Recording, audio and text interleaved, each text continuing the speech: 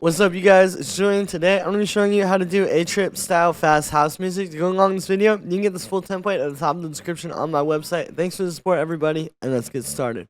Alright, so we're at 134 BPM. We're starting up here with the kick. So this says tech house kick. What it essentially means is kind of like something between like an 808 or a 909. Like, it's not as soft as an 808, but it's also not quite as hard as a 909. So I've taken that. You can see I actually shortened it a little bit too. I think it's important, like if you're going to do this kind of a bass line, which is in a lot of these tracks, like the really long, almost like an 808 type of bass, you need a really short kick like this. Like if you make this like the full length, right, it's just going to get in the way. So we got that, and then I'm really not even processing it. Like it's really just the level and getting the right sample. Then we got our hi-hats. So, it kind of seems simple, but there's actually a bit of complex stuff happening. The first thing is the main one, which is layered. So I have this shaker, and then this very punchy hi-hat, and then you put them together. And it's kind of like you get the shaker, but with just a little bit more punch from that hi-hat. I've got this other shaker underneath there. Right, you can see I tweaked the velocities on there, and we've also got a little bit of a swing on that. You'll see that swing throughout this project file. And then there's this shaker.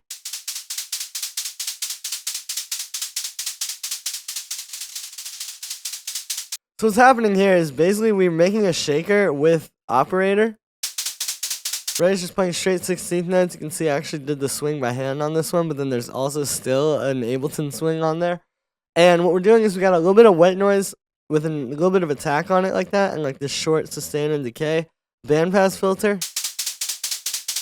Right, so that just kind of carves it into a shaker. And then what we're doing is this stuff over here, which starts actually just with this auto pan. And this high pass filter, just cutting out, making sure there's no low end, and then this auto pan is making it kind of bounce off the kick like it's being a sidechain. But then there's these two, the grain delay and the LFO. So what's basically happening is a really, really slow moving LFO, just changing the dry wet on the grain delay. So here basically like you'll have a shaker, and then every now and then it just kind of like fades into like granular craziness. So these are the settings on the grain delay. It's just about having a high spray really to get that kind of like craziness. And there you go, you can hear it. Then it gives you something nice that kind of evolves over time underneath the drums. Then on the group there, I'm just sidechaining. Just a little bit. I think a little bit is good, but too much, I was finding it was kind of messing up the mix. Like you really want your hi-hats to breathe. So then we got our percussion. So it starts here just with this big fat clap. And I got a really short reverb too, so here's without that. With it. You barely hear it, but it's just like this really subtle kind of room effect on the clap, right? Then we got this little rim shot bouncing off of that. Right, it's really subtle. There's these extra percussions drum rack as well. Right, just a few little sounds there, just adding a few bouncy kind of percussions. And then I have these clicks.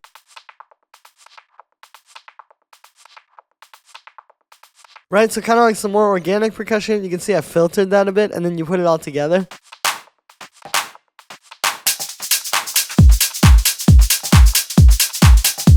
Right, and there you go. You're able to kind of build this interesting hybrid with the stuff between like really punchy house drums, like something like tech house, and then also the more organic kind of sounds too.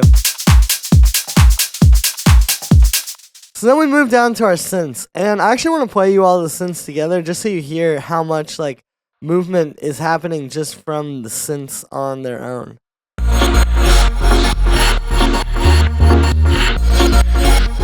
Right, it's pretty bouncy drums in this track, but one thing I really noticed with the style is like a lot of the rhythm is happening in the instruments too. It's not just like the drums are all bouncy and then you just have a bunch of ambient stuff over top. You have to really like make it kind of work. Starting with the bass line, right? I think the bass line being really punchy like this really helps that, because it kind of like punches through and it keeps it from being too washy. Right, it keeps the groove going. So for this one, as far as notes go, so we're gonna keep A sharp minor here. What we're doing is this kind of progression where we're going 1, 6, 4, and this is just that 4 an octave up, right? And then here I went up to the 3 at the end there. And then it's also that rhythm too and how that bounces off of the kick. Now for the patch on this one, I'm using just 2 sine waves with a bit of FM. It's like a very little bit. You can see just having that one up a tiny bit. What's really creating the sound more here is like the saturation. So you kind of start with this.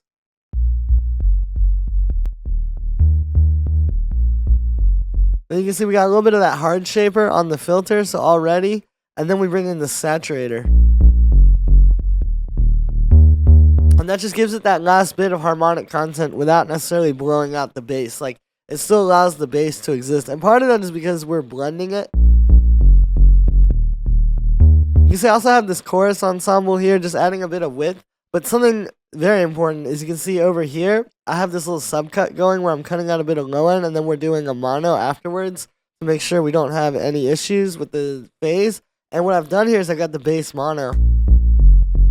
So we're still getting stereo in the mids and highs, but not in the low end where you would really want it to be clean.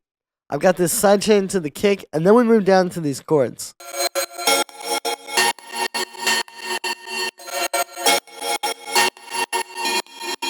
Now, musically, this might look complicated. It's following the exact same chords that the bass just followed, but they're like inversions. So like here, for example, I've got, see, it is an A sharp minor, but I have the 5th up, and then I have the 3rd above that, and then I have another 5th. Like, it's like kind of playing with the voicing, but it's the same chords.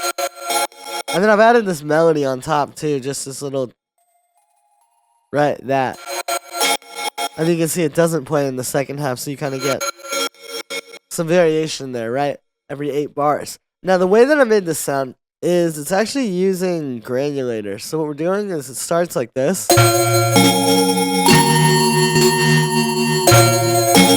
So you have these kind of cool granular chords, basically, right? And you can hear it's like kind of jumping around the sound. I tuned it, and then, yeah, like, and here are the settings as far as like how the actual granular is going.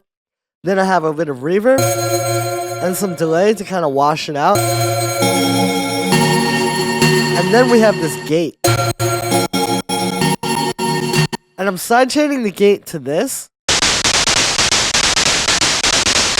This rhythm here with just a bit of white noise, which is muted, right? And then you just, when you sidechain with the gate, it basically makes it like only play when that sidechain is playing, as you can hear. And then I've got this sidechain to the kick with a compressor, so it just ducks the volume, and then a high pass filter.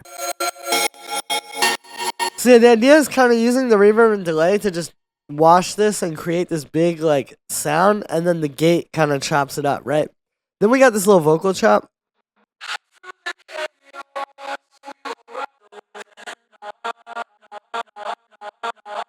Right, so if I play this on its own, it's a bit crazy.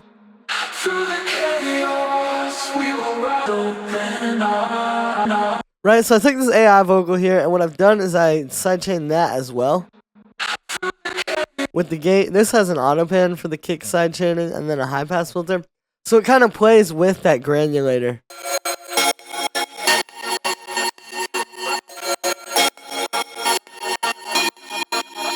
Right, and it's meant to kind of work together. And because they're under that same gate, you don't necessarily hear that it's 2 different sounds, right? So we got that, and then, yeah, this operator here is for the gate. Then we move down to this little stab. It's really simple. It's just playing A sharp minor, again, the key that we're in, but you can hear with the bass line, something like this goes really nice.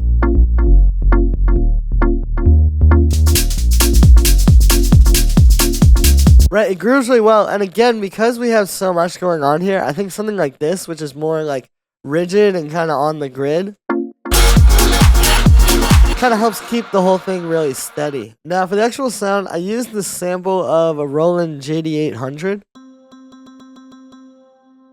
Right, like one of those old elevator music type of sounds. And then I've basically taken it, I've turned up the volume a bit in here, and I'm using the low pass filter with an envelope on it, plus key tracking. Right, so we're kind of using this like its own synth. I also shortened the volume envelope too. And then we're just sidechaining it to the kick and then a high pass filter. I've also got this one which kind of works with it. Right, it's kind of like those two together is one sequence. Even like...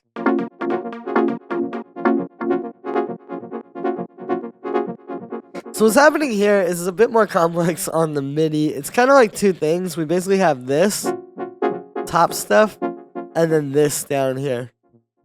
Kind of like two different sequences, right? And you barely hear that stuff too because of the key tracking, which I'll talk about in a second, but it's just kind of in there adding to the rhythm. So this might look complicated. It's basically these different permutations of the A sharp minor 7 chord. Right, like if you look at this, it's all just notes from that, like 1, 3, 4, or 1, 3, 5, 7, right, 6, or 6 and 5. Like it's not actually that crazy within that A sharp minor scale. It's just kind of using the notes like a melody inside of chords.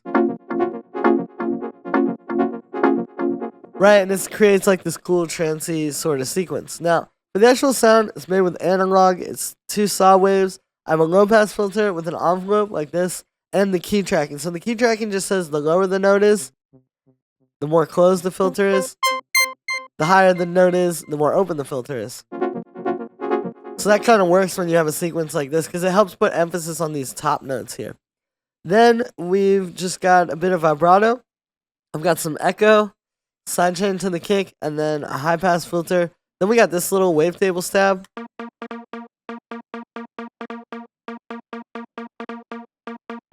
This one's really simple. It's just kind of playing this trancey sort of sequence. It starts to really talk to the other sequences nicely. Right, so it kind of sits underneath that whole groove. This one's really simple. We're just using that 1 A sharp, and then as far as the sound goes, it's 2 saw waves, detuned a little bit, a bunch of unison, a low pass filter with an envelope on it, sidechain, high pass. Really simple because you don't want this one to get in the way of everything, and you don't want it to command so much space. It's just a simple stab, doesn't need a whole lot of reverb and stuff. Then we got the vocals.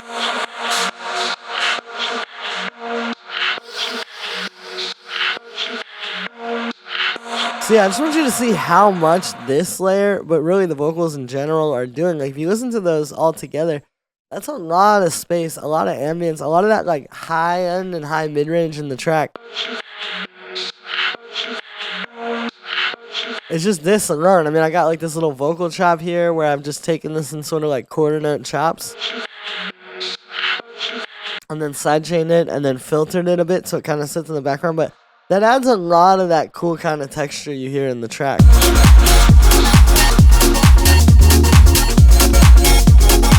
Right, like when we get rid of the synths or these vocals, it really is just kind of like a very straightforward thing. This is what adds a lot of the texture in the track. As far as the other vocals, it's really simple. It's mainly just some stabs. You know, like this, just a bunch of delay and reverb, sidechain, high pass. This one, same thing, but I didn't do reverb. So it kind of helps this one stand out a little bit.